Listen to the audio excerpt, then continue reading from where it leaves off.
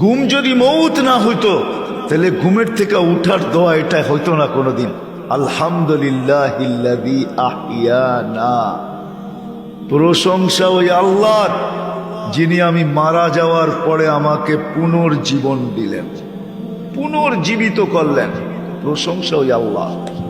বাদামা আমাতানা, আমি কমপ্লিট হয়ে গেছিলাম, মৌত আমার হয়ে গেছিল, তুমি আমাকে আবার ফেরত দিছ, তাহলে ঘুমের থেকে উঠার দোয়া এটা কোনোদিন হতো না।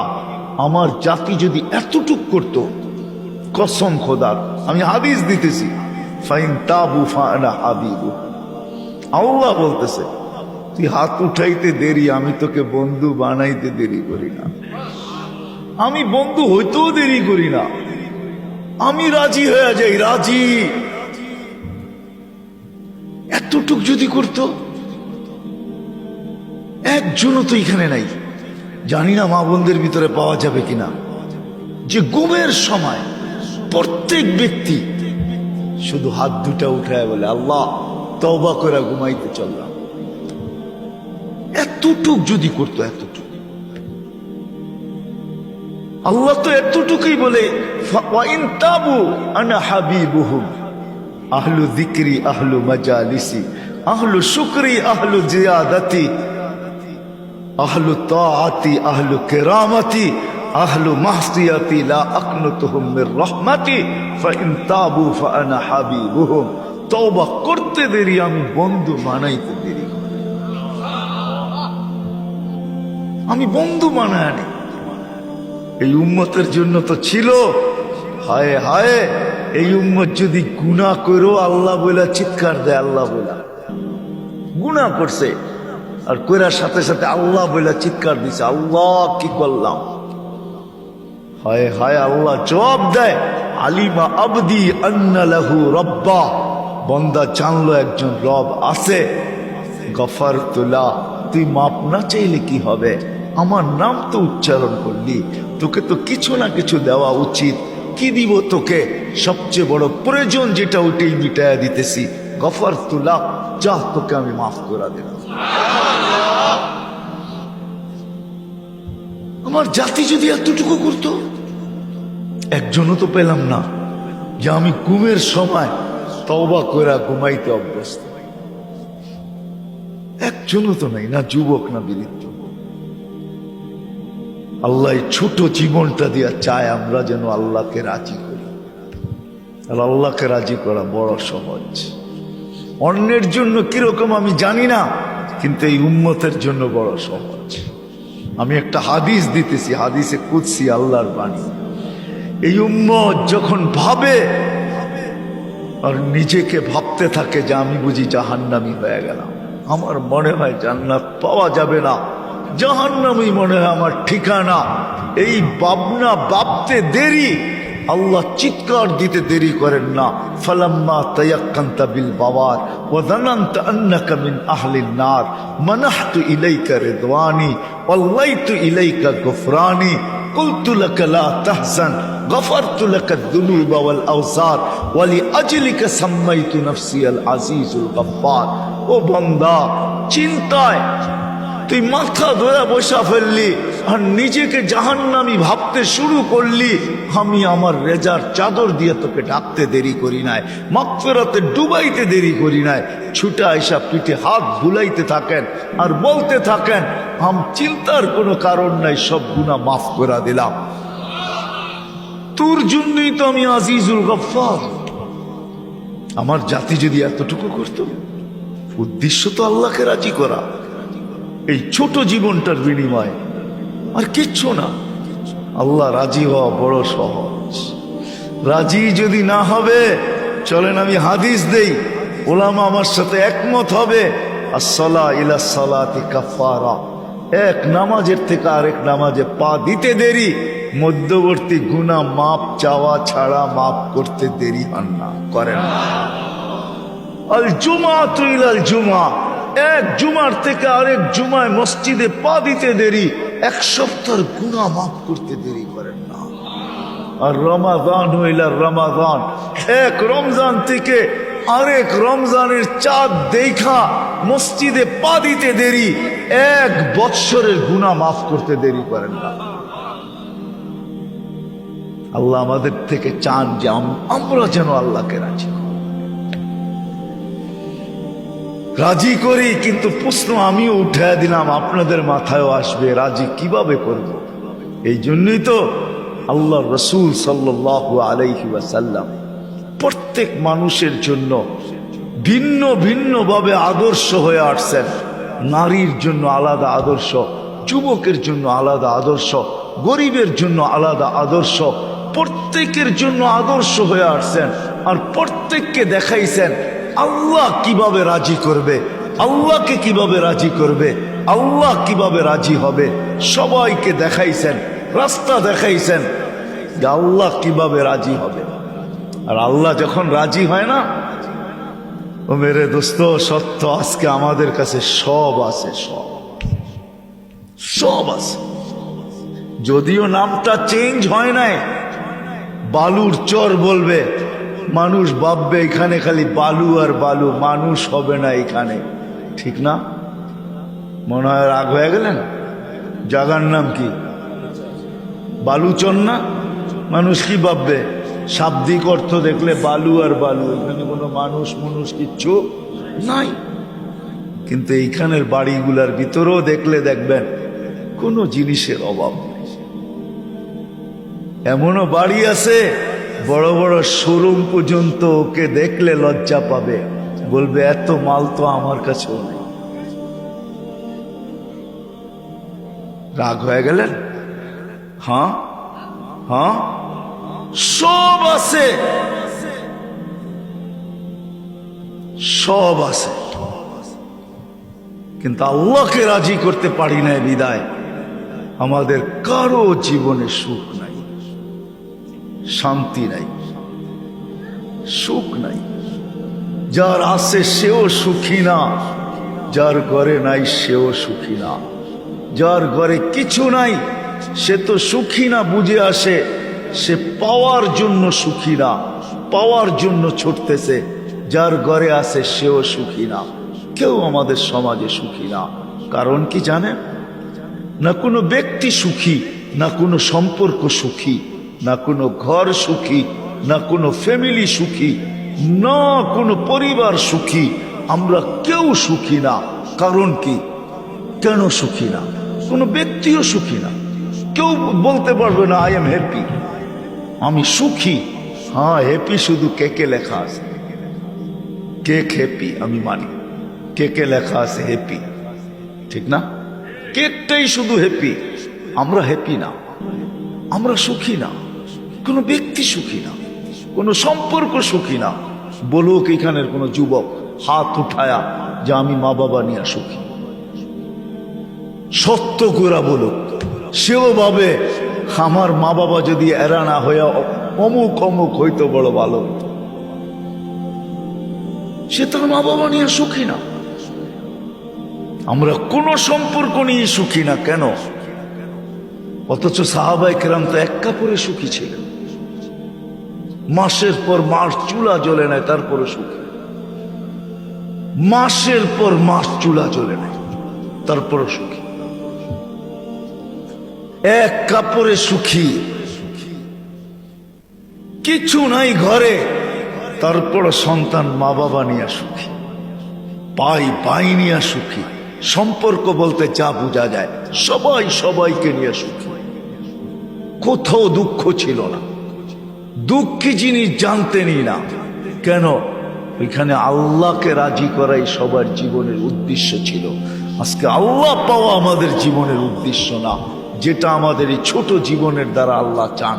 আল্লাহ রাজি করা আমাদের উদ্দেশ্য না, আল্লাহ পাওয়া আমাদের উদ্দেশ্য না। আমাদের শুধু এই 60-70 বছরের জীবনটা করা উদ্দেশ্য, কাটানো উদ্দেশ্য, এটাকেই গুছানো উদ্দেশ্য। এই জন্য আমার কথা শুরু এখান থেকে। আল্লাহ করুক, বুঝে আসুক আমাদের এই ছোট জীবনটা দিয়া। আল্লাহ আমাদের কাছ থেকে চান আমরা যেন আল্লাহকে রাজি করি। গরিব যেন দারিদ্রতার ভিতরে রাজি করেন, নারী যেন নারীত্বের ভিতরে, পুরুষ যেমন পুরুষত্বের ভিতরে, যুবক যেন যৌবনের ভিতরে। চলেন একটা একটা করে দেখি আল্লাহ কি দিবে। যুবক যদি যৌবন অবস্থায় আল্লাহকে রাজি করলো, কসম খোদার, আল্লাহ ওই যুবককে দেখেন আর ফেরেশতাদেরকে দেখায়া বলেন, হাদা আবদি হাক্কা, এই যুবক আমার পারফেক্ট বান্দা, ইন্নী উবাহি বিহিল মালাইকা। ও যুবক, ও ফেরেশতা, তোমাদের উপর আমি এই যুবককে নিয়ে গর্ব করি, গৌরব করি। কি দিবেন এই যুবককে আপনি? কি দিবেন? শুধু এইখানেই শেষ না। আল্লাহ বলে, যুবক, তোর জন্য আরশের নিচের ছায়া অপেক্ষা করতেছে। সাবআতু ইয়াযিল্লুহুমুল্লাহু তাহতা যিল্লি, তোর জন্য জান্নাত অপেক্ষা করতেছে। তুই যুবক, যৌবন দিয়েই তোকে জান্নাতে দিব, সব আশা ওইখানে পুরাবো। হায় হায় মেরে দোস্ত, সত্য এটাই। সাহাবায়ে কেরামও আমাদের চেয়ে বুদ্ধিমান কম ছিলেন না। আমরা ভাবি ওনারা বোকা ছিলেন, আমরা বুদ্ধিমান, ঠিক না? না না না, ওনারাই বুদ্ধিমান ছিলেন, আমরাই বোকা। ওনারা অসাধারণ বিদ্যা। আপনাদেরকে দুই চারটা আমি দেখাই। যারা মেঘকে ডাইকা বৃষ্টি বর্ষণ করাইতে পারতেন, তারা কি দুনিয়াটাকে উন্নতি করতে পারতেন না? আপনার বিবেক কি বলে? হ্যাঁ, আপনি বিবেক থেকে বলতেছেন তো? যারা মেঘকে ডাইকা বৃষ্টি বর্ষণ করাইতে পারতেন, তাদের ইচ্ছা মতো বর্ষিত হতো, তারা কি দুনিয়াটাকে বানাইতে পারতেন না? হ্যাঁ হ্যাঁ, যারা হাতের ইশারায় অগ্নিগিরিকে পাহাড়ে আবদ্ধ করতে পারতেন, যাদের ইশারা অগ্নিগিরি মানতে বাধ্য, তারা কি দুনিয়াটাকে উন্নত করতে পারতেন না? যারা 3000 কিলোমিটার দূর, উইদাউট 3000 কিলোমিটার দূর, উইদাউট কোন টেকনোলজি ছাড়া, ইথারকে অধীন করে, ইথারকে অধীন করে কথাকে পৌঁছাইতে পারতেন, ছবিকে পৌঁছাইতে পারতেন, দেখাইতে পারতেন, ওরা কি দুনিয়াটা উন্নত করতে পারতেন না? আমি তো ওই পাহাড় এখনো চিনি, যার পাহাড় সমান সাইনবোর্ড লাগানো আছে, বন্দর আব্বাস, ইরানের শহর, যেটা মদিনা মুনাওয়ারার থেকে 3000 কিলোমিটার দূরে। আমিরুল মুমিনিন জুমার দিন মেম্বরে দাঁড়ায়া সেনাপতিকে বলতেছে, এই পাহাড়টা আগে সামলা। ওটা তো এখনো রাখা আছে। চলেন আমি আপনাকে দেখায় নিয়ে আসবো।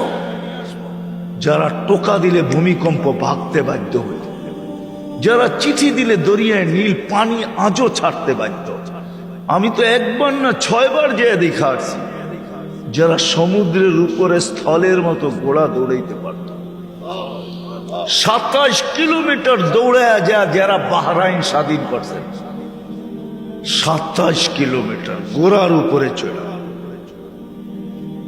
যারা আটলান্টিকের উপরে ঘোড়া চালাইতে প্রস্তুত ছিলেন, নাইলে উকবা বিন নাফে, যার কবর আমি টিউনিসিয়া দেখা আসছি, উনি আটলান্টিকের পাড়ে যায় বলতেছে, বল ওই পারে কোনো মানুষ আছে কিনা, যদি থাকে এই সমুদ্র আমার জন্য বাধা না, আমি তো এর পিঠেও ঘোড়া চালায় চলে যাব। অথচ প্লেনে পার হইতে লাগে 8 ঘন্টা। ক্যাসেবলঙ্কা টু নিউ ইয়র্ক আমি দুইবার গেছি। মরক্কো,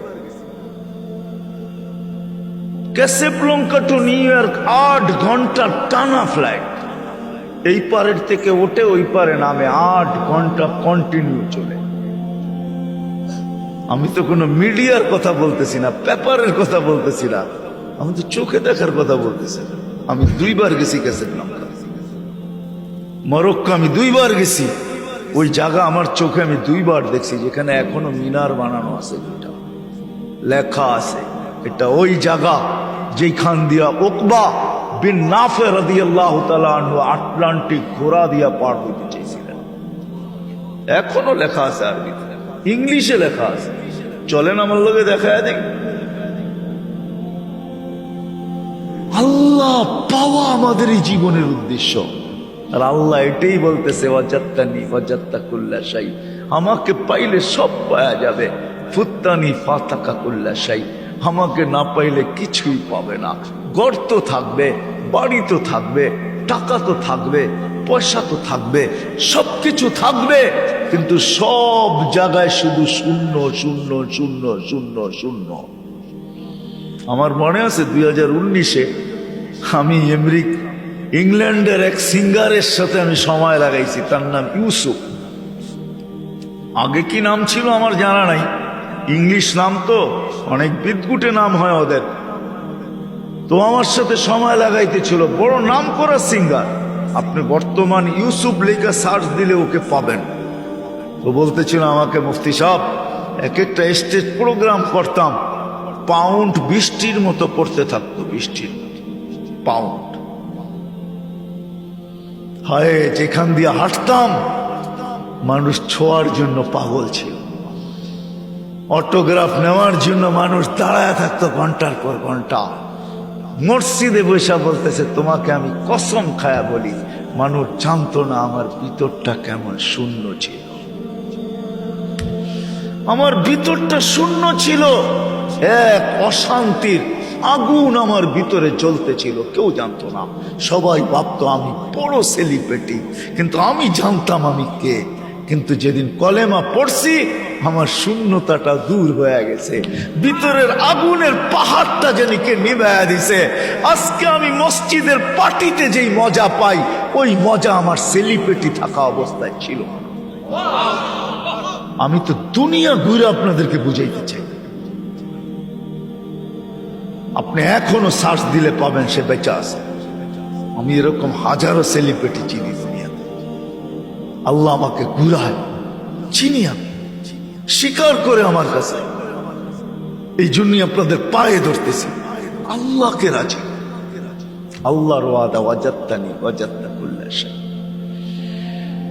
শুধু আখেরাত না, দুনিয়া তোকে পাওয়ায় দিব। এই জন্য তো বললাম, এক কাপড়ে সুখী। স্বামী স্ত্রীর গালে, স্ত্রী স্বামীর গালে চিমটি কাটতেছে আর হাসতেছে আর বলতেছে, আমি কিন্তু জান্নাতি, ফুর্তি জান্নাতে। স্বামী বলতেছে, কি করে তুই জান্নাতি? আমি সবর করতেছি। আল্লাহ আল্লাহ রসুলের ওয়াদা, সবরের বদলা জান্নাত। আমি তোমার কাছে কোনো অভিযোগও রাখি নাই, চাহিদাও রাখি নাই। আমি চাহিদাও রাখবো না, অভিযোগও করব না। আমি ঠাইনা নিছি, সবর করব, 60-70 বৎসরিত করব। কোনো দিন তোমার কাছে চাহিদা রাখি নাই। যতদিন বেঁচে থাকবো আর চাহিদা রাখবো না, পাওয়ার জন্য কোনো চাহিদা রাখবো না। না পাবো কোনো অভিযোগ করব না, সবর করব। আমি জান্নাত পাইতে চাই, ফুর্তি চিরদিন ওইখানে করব। তো স্বামী স্ত্রীর গালে চিমটি কেটে, পাগলি আমিও জান্নাতি। কি কইরা? তুই জানিস না, তোর মতো স্ত্রী পায়া ডেলি আমি শতবার শুকরিয়া আদায় করি। শুকরিয়ার বদলাও আমার মালিক বলছে জান্নাত। দুইজনে ফুর্তি জান্নাতে করব একসাথে, এক কাপড়ে সুখী, এক কাপড়ে সুখী, এক কাপড়ে সুখী। সন্তান ওই পর্যন্ত ঘুমায় না যতক্ষণ পর্যন্ত মা বাবার পাও টিপা না ঘুম পড়ায়, ততক্ষণ পর্যন্ত সন্তান ঘুমায় না। মাঝে মাঝে, আরে সাধারণ সন্তান তো সাধারণ সন্তান, সাফির মতো সন্তান রহমতুল্লাহ আলাই মাকে পাও টিপা টিপা ঘুম পড়াইতেছেন, আর মাঝে মাঝে তালুটা উঠায়া চুমা দিতেছেন। মা কাইপা উঠতেছে, বেটা কি করিস? কিচ্ছু করি না, আমার জান্নাতে চুমা দিয়া স্বাদ নিতেছি। সন্তান ওই পর্যন্ত ঘুমাবে না যত বাপ আবার পাও টিপা ঘুম না পড়াবে। সত্য এটাই, এটার নামে সুখ, এটার নামে সুখ। সুখ এটার নামে, সব সম্পর্কে সুখ। হায় হায় হায়, সব অবস্থায় সুখ। আল্লাহ বলে, ওয়াজাত্তানি ওয়াজাত্তা কুল্লা শাই। আমাকে রাজি করে দেখ না, সব তোর বানায় দিব। তাহলে বলবেন, সাহাবা এত গরিব কেন জীবন কাটাইলো? ওদেরকে দিতে চাইছেন আল্লাহ, ওনারা নিতে চান নাই। ওনারা বলছে 60-70 বছরের জন্য নিয়ে আর লাভটা কি?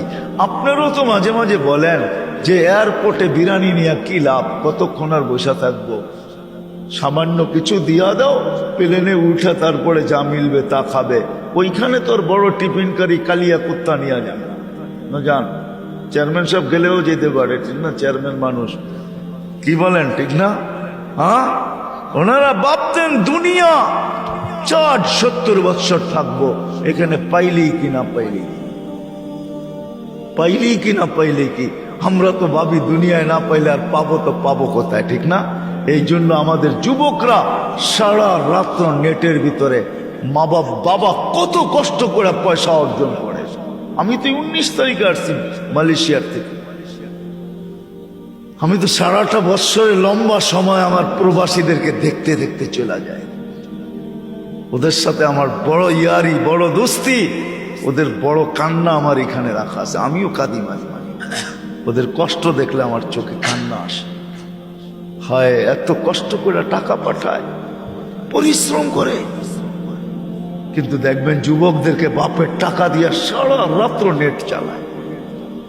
আমি তো সব জায়গায় বলি 23 সাল বলে দুর্ভিক্ষের সাল, বৎসর 23 দুর্ভিক্ষের বৎসর। আমার জাতি যদি শুধু নেটের পয়সাগুলা জমা রাখত, ইন্টারনেটে যা ব্যবহার করে আমাদের যুবক যুবতীরা, প্রত্যেক বাড়ির ডিশের যে পয়সাগুলা কি ফাও দেওয়া যায় লাগা, কত মাসে বিল, এখন ডিশের বিল কত? এই পয়সাগুলা যদি জমা রাখতো 1 বছরের, তাহলে আমার মনে হয় কসম খোদার, দুর্ভিক্ষ এরকম 5 বার আসলো মনে হয় দেশে কোনো অভাব হতো না। আমি তো বলি গত 1 মাসে ফুটবলে, হায় হায় হায়, রাগ হয় না যুবক, তোমাদের পায়ে হাত রাখে। জার্সি আর পতাকার পিছনে আর প্রজেক্টরের পিছনে যতটুকু পয়সা খরচ হয়েছে, ওটা যদি জমা রাখা হইতো, পুরা দেশ না চলতে পারলেও সিরাজদি খানের মতো থানা 1 বছর চলতে পারত না, পারতো না। হায় হায়, এই জন্যই আমি শেষ জায়গায় চলে আসছি। আল্লাহ বেশি কিছু চান না, ছোট জীবনটার বিনিময়ে চায় আমাকে রাজি করে। আল্লাহকে রাজি করা চান, আল্লাহকে রাজি করা চান, আল্লাহকে রাজি করো। অজাত্তানি অজাত্তাকুল্লা শাই, আল্লাহকে রাজি হবে কি হবে না এটাও বলছে উতলুবনি তাচিতনি। তুই আমাকে রাজি করার জন্য তালাশে নাম না, আমি যদি রাজি না হই তারপরে বলিস উতলুবনি তাচিতনি অজাত্তানি অজাত্তাকুল্লা শাই। ফাইন রাযিতা বিমা কাসসামতু লাক আরিহতু লাকা জিসমাকা ওয়া নাফসাক তাকুনু ইন্দি মাহমুদা। আরেক জায়গায় বলেন, তুই যদি আমাকে রাজি করলি তাহলে আমি তোকে রাজি করে ছাড়ব, তো চিত্তকে শান্তি দিব, তোকে শান্তি দিব। আল্লাহ চায় আমরা আল্লাহকে রাজি করব। কিভাবে করব? ওই পদ্ধতি নিয়েই মুহাম্মদুর রাসূলুল্লাহ সাল্লাল্লাহু আলাইহি ওয়াসাল্লাম আসছেন। যুবককে যৌবনে রেখা, নারীকে নারীত্বে রেখা, পুরুষকে পুরুষত্বে রেখা, ধনীকে ধনের ভিতরে রেখা। আপনি বলবেন এটা মানতে গেলে তো আমাদের ধন সম্পদ মনে হয় সব শেষ হয়ে যাবে। তাহলে আপনি ওমর রাদিয়াল্লাহু তাআলা আনহুর দিকে দেখেন,